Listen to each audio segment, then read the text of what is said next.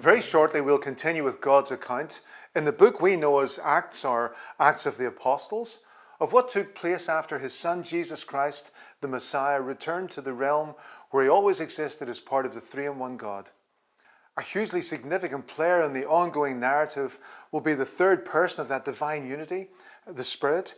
His role as he comes into the world to live in and among those who believe in Jesus as their Saviour.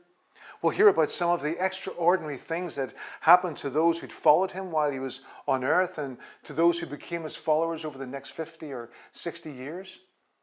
The story describes how God continued to communicate with his people as he brought completion to his special revelation, which he had written down by specially gifted individuals chosen by him.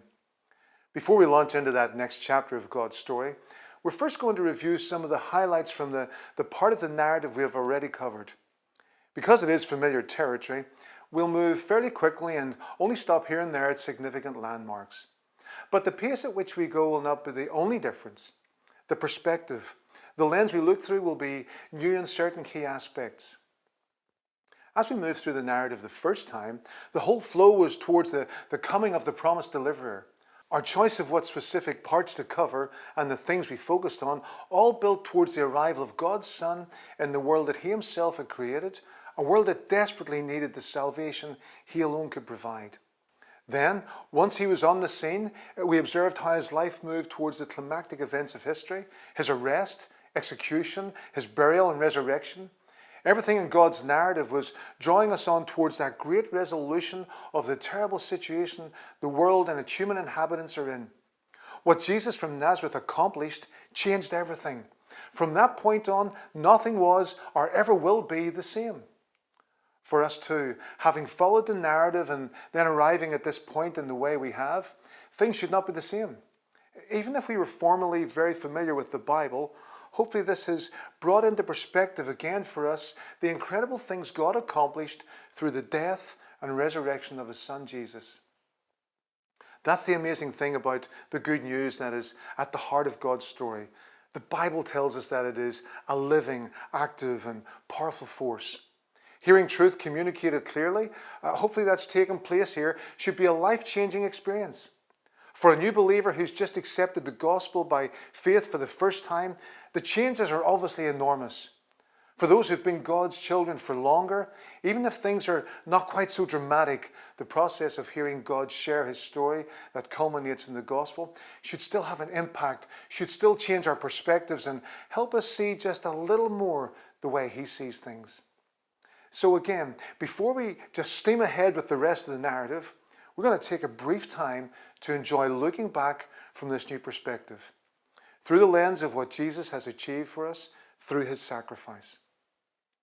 In many ways, the first time through the narrative presents a very grim picture.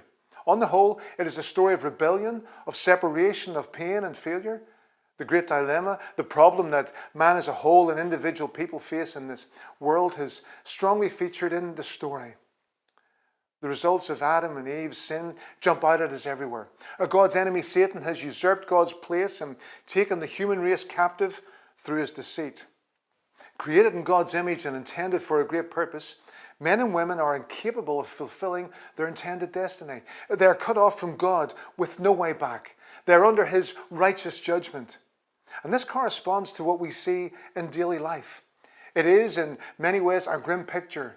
There's just no way of getting around that. Of course, in the narrative, even at the initial dark moment of man's rebellion and fall, the small light of hope shone in the form of God's promise to send a rescuer. And we saw that God continued to communicate. He provided a way for men to approach him. But even there, we saw Cain's failure to come humbly in the right way, with terrible results. Things got so bad at one point, in fact, that God even destroyed all but a tiny handful of people on earth. Of course, despite all this, God continued faithfully to move ahead with his plans to bring the Redeemer through a chosen line. He never gave up in his commitment to communicating with men, reaching out to them. His grace continued throughout as a shining strand of gold in the murky depths of human depravity and hopelessness. And when Jesus, the light of the world, came, it was like a dawn beginning to break. But it was really what he did by allowing himself to be crucified at Golgotha And then what God did by accepting this payment for sin and bringing him back to life, that finally broke the control that darkness had in the world. And for those who've recognized their absolute need and turned to him in faith to save them, that light has illuminated their spirits and their lives. So before we move on into new territory, we're going to take a quick look back at where we've come from, but this time with new eyes, as it were. Where before we kept coming back to the terrible situation the human race finds itself in before a holy God, now we're going to enjoy what it means to find ourselves forgiven by a holy God. Where before all the events in the narrative, the flood, Isaac on the altar, the Israeli nation at the Red Sea, were powerful metaphors for us of the terrible situation humans without God are in.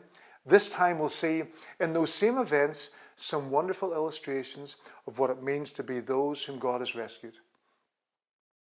There's a moment in the early part of Lord of the Rings when Frodo, Sam and the other hobbits are rescued from terrifying danger and brought to Rivendell. Frodo wakes up in bed, unsure of exactly where he is, but glad to know he's safe. The passage says, he lay a little while longer, looking at patches of sunlight in the wall and listening to the sound of a waterfall. If God's narrative has been clear to us, one thing we should know is that human beings on their own are in terrible danger. In fact, their fate is sealed. They live, often totally unaware, at the mercy of God's enemy. Death is an ever-present reality of life. And death represents the end of any chance to know God or to avoid an eternity of separation from him. Each of us has been in that situation, but God has made this clear to us. His revelation to people all through history and to us as we've been witnesses of his interaction has been a cry of warning. As we become aware of our real situation, the appropriate response is fear. Fear before a God whose holiness we can never live up to. But as we've recognized that and put our faith in Jesus, God's perfect sacrifice who died in our place, he has forgiven us. That means we are now safe from his judgment. Like Frodo when he took that moment to luxuriate in the safety of a warm bed after being conscious of terrible danger and all the fear that goes along with it, let's take the opportunity to enjoy and to understand a little more what it means to be really safe.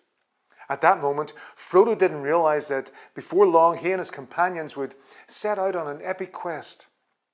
That, of course, is fiction. But God actually writes us into his great and real narrative. He calls us to be part of his cause, his rescue plan for the fallen race of his image bearers. Before we learn more about that and hopefully embrace that cause as our own, let's take a moment to gather our strength, or perhaps more accurately, allow God to give us strength for what's ahead by reviewing how he is related to his people in the past, reminding ourselves of all that he historically did for those who followed and served him. There's another difference to note about our perspective now as we take a brief look back at what we've been. One of the really important themes in God's narrative runs almost in the background and therefore often unnoticed, almost like a computer operating system. It is the whole issue of identity. Even though we've approached the narrative ourselves for the first time as believers, we have not focused on our identity as his children. Because we were following the events more or less chronologically, we did not jump ahead to consider the implications of the gospel in terms of who we or who anyone else is. The identity of everyone before they've accepted the gospel is dominated by our common ancestor Adam. All the important things that came to characterize him after the fall, rebellion, deception by Satan, suffering, death, also characterized us. The us, that is, before we each repented and accepted by faith the salvation offered to us. By now, having followed the narrative to this point, we can enjoy looking through the lens of the gospel, through the eyes we now have to see because of what Jesus has done. Now we look back as the people we actually are, because instead of being characterized by and identified with Adam now, we're characterized and identified with Jesus Christ. And God says that he's pleased with, he's delighted by, he's fully satisfied in his Son. Finally, there's something else very important to consider about the point we've reached. For much of the journey, we were covering the part of God's narrative that we call the Old Testament. The large section of the Bible that takes its name from the initial covenant God made with his people, the Israelites, defined by the law that he gave them. Then, when we got to the part where God's Son was born as human, we moved into the part of the Bible we call the New Testament, named for the second covenant that was instituted through Jesus' blood and his death. But the four accounts of Jesus' life, the Gospels, as a block, really form a transition between the two periods covered by those respective covenants or agreements. And the Gospel itself forms the actual pivotal point between the two great epochs of history. Now, as we start to hear the story of the first group of Jesus followers, we're really moving into the second of those historical periods. All the realities and events of the past, the present, and the future under the second of the great covenants. On an epic journey like this, it's worth taking stock of where we've come from so we're prepared for where we're going. An illustration that has been used is of a long journey broken into two parts. The first has been over land, across mountains and plains. Then, having arrived at the shore, the travelers embark on a ship to complete their journey in the ocean. So that's where we are now. We're about to start on the second stage, and we're reminding ourselves of all that has happened so that we're prepared for what's ahead in this challenging but exciting journey.